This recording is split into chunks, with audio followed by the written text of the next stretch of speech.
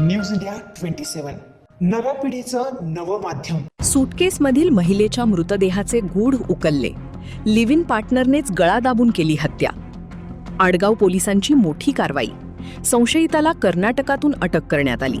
मृतदेह सूटकेसमध्ये टाकून शेतात फेकल्याची कबुली.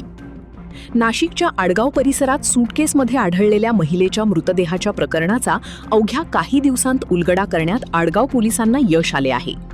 या प्रकरणात मृत महिलेचा live in partner Gopinath Gosavi यालाच कर्नाटकातून अटक करण्यात आली आहे. पोलिसांच्या तपासात आरोपी आणि मृत महिला सुनीता चिखरकर्मा हे दोघे लिव्ह इन रिलेशनशिपमध्ये राहत असल्याचे समोर आले.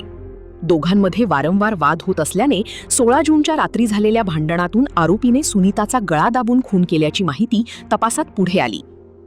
खून केल्यानंतर आरोपीने मृतदेह एका मोठ्या सूटकेसमध्ये भरून तो दुचाकीवरून नाशिकमधील तपोवन परिसरातील कृषी सेवा शाळेजवळील शेतात नेऊन फेकून दिला.